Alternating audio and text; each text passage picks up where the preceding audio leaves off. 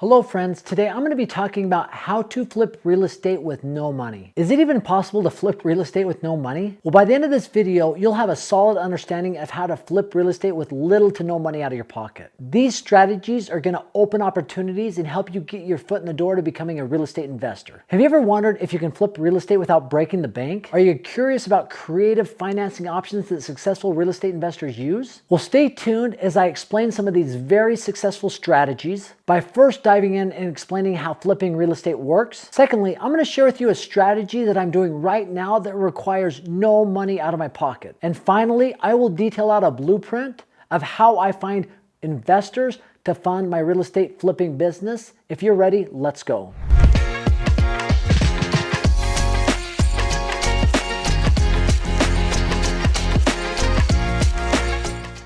So really quick, broken down to its simplest core, flipping real estate is buying property here at a very low price and turning around and flipping that property for a higher price, making a profit. So it is that simple, right? And there's a lot of different strategies that come from this core principle of flipping real estate, right? So if we look at it this way, flipping real estate might be the core competency that some of us have. But off of that core competency is multiple strategies like a fix and flip or a slow flip or a cash flow flip. But understanding and be able to flip a piece of property is the basic understanding we must have. So let's talk about how you identify potential real estate properties to flip. Now, when you're considering properties that would be great to buy and flip, there are a couple of guidelines that could really save you some undue concern. And here they are. Number one, you need to be able to get properties at a discount. None of this makes sense. None of this will work unless you're able to find, negotiate, and get properties at a really discounted amount. You need to go to where properties are inexpensive or looking in scenarios that would cause a property to be inexpensive. And I'm not talking about a dive. Unless you're really good at fix and flip and resurrecting some properties, you need to go and find properties that are maybe in pre-foreclosure, foreclosure, absentee owners, or looking at properties that are maybe outside your area, areas where they're already cheap and might be selling for below market value. Because in order to get a property at a discounted price, you either have to have a distressed property or a distressed seller. A distressed property is one that is a little bit run down. And when I'm looking for a property I want to flip, I don't want one that's a complete dive, right? So I'm not looking for something that needs a lot of cosmetic work because where I'm looking, I do not live anywhere close to where I'm looking for properties, right? So I can't be that person that is boots on the ground, fixing up and restoring these properties. A distressed seller is somebody who's going through a financial hard time, and you need to come in with a mindset to be solution-oriented to help this individual. Maybe they have to move because of work. Maybe they're going through a divorce. But coming in and just being a savage and taking the property from them, I don't like that approach. I like to come in and say, listen, how can I help you? If you need a move, can I pay for a moving truck? If you need to find some place to rent, I can pay for a few months' rent. I've done all those things. And I promise you, when you go into that situation more as somebody providing a solution than somebody taking their property, you can get a whole lot more deals done. You also have to have a good idea of what common repair costs are. And also understand what enhancements are going to add to the curb appeal that might be a little thing that you do by painting the door or taking care of some landscaping or something that's going to add value to the property. Along with finding contractors or subcontractors that you can really trust, and I always get references. It's really important that you get references of the people you're going to have doing work on your property. And also understanding which improvements to make, right? You don't want to spend $10,000, $15,000, $20,000 in replacing a kitchen when all you need to do is paint a door or replace the door. And also understanding the area. Like if you're fixing up a home to really be family friendly, but this is an area that typically families aren't living in, then you're going to put money into something that you didn't need to put money into. Also, one of the most important things I've seen when it comes to buying property that I want to flip is doing a professional inspection before I actually close on the property. This has saved me a lot of undue headache and concern. There's probably been 3 times in the last 12 months where I've pulled out of the property because of the inspection, said something was seriously wrong with it. And I'm super glad I did because I didn't want it to turn into a money pit. And one of the last things when it comes to buying a property that you're going to flip, you've got to be able to negotiate like a champ. You've got to be able to go in there and just say, listen, this is where I need to be. And you got to stick to your guns because if it doesn't work, there's a lot of times not enough meat on the bones to really make this work. You've got to get it at a really good price. So now let's talk about one of my favorite strategies that requires no money out of my pocket when it comes to flipping real estate. And it's called a lease option sandwich. And in doing so, there's actually 3 profit centers that you can make money without owning the property and without getting a bank loan. Let me show you here.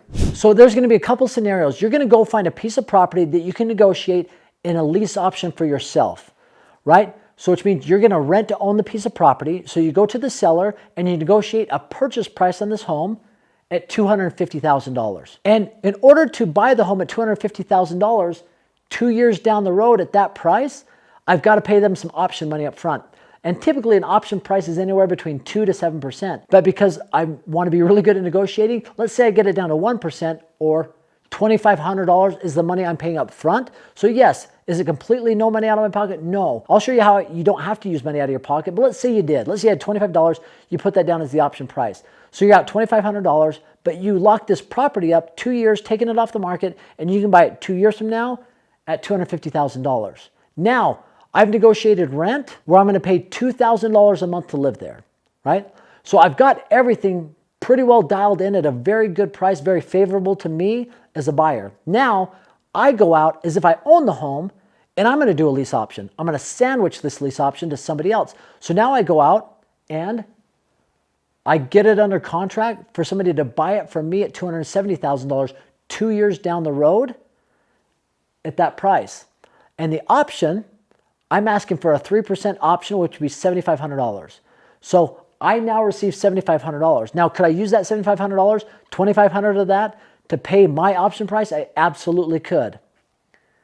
And then I'm increasing rent by $300 a month. So rather than $2,000, I'm paying $2,000 a month, but I'm receiving $2,300 a month. So I'm making a difference of $300. So profit center number one is going to be the option price. I instantly made $5,000 there. Option price number two is going to be the rent price. I'm making $300 a month over a 2-year period of time. That comes to $7,200. So I've made $5,000 on the option and $7,200 on the rent price.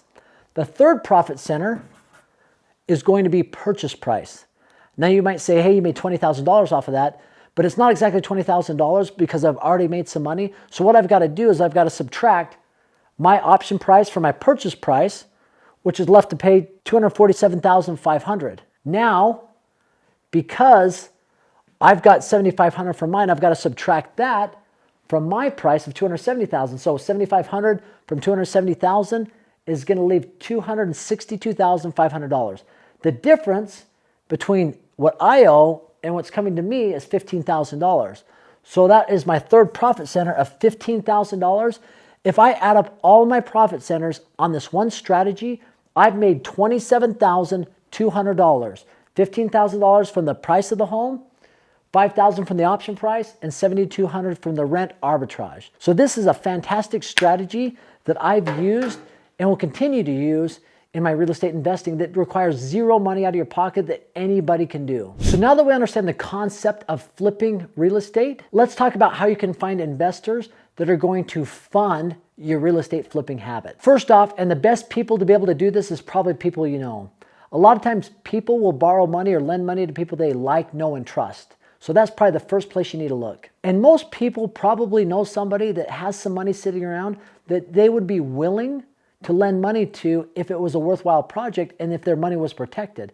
And I will tell you, if you do borrow money from somebody and you make good on that very first investment, chances are they will be a reoccurring investor for you time and time again. Most people that I've seen get started in real estate have utilized somebody they know, and that person has become their financial backer all the way down the road. It becomes a very symbiotic, worthwhile relationship for everybody involved. However, that's not the only way to find investors. A growing strategy has been to find real estate investors on digital platforms or social platforms. And probably one of the most beneficial one out there that I've seen, and you might laugh, but it's Facebook and Facebook groups.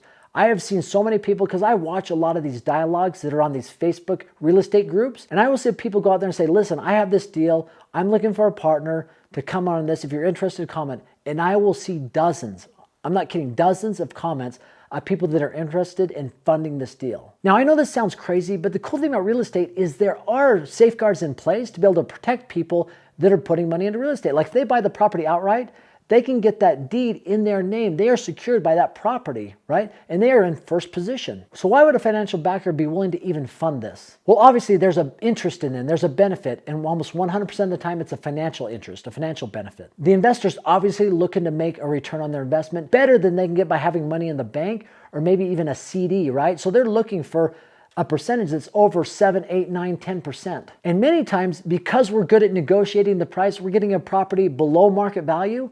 So if this investor bought the whole property, he has a property that is under market value that if he needed to turn around and sell, he probably could pretty quickly. But it's secured. As I said, he's in first position. That's pretty good to have money borrowed out there that is 100% secured. But ultimately, they want to make sure that the property is purchased at a really good price. And many times, a smart, savvy investor is going to want to see a market analysis with comparables that will show that his investment and the property that he owns is at a good price and it's not above some of the comparables in the area. And because they're savvy investors, they might also require you, especially initially, to have some skin in the game. Now, why would they do that? That just means that you are more committed if you have some money involved as well. I've seen that happen many, many times. I've also seen it not happen. But when it comes to flipping property and doing it the right way, these are the few of the things that I've seen work really well, even as far as finding investors to fund your real estate flipping habit.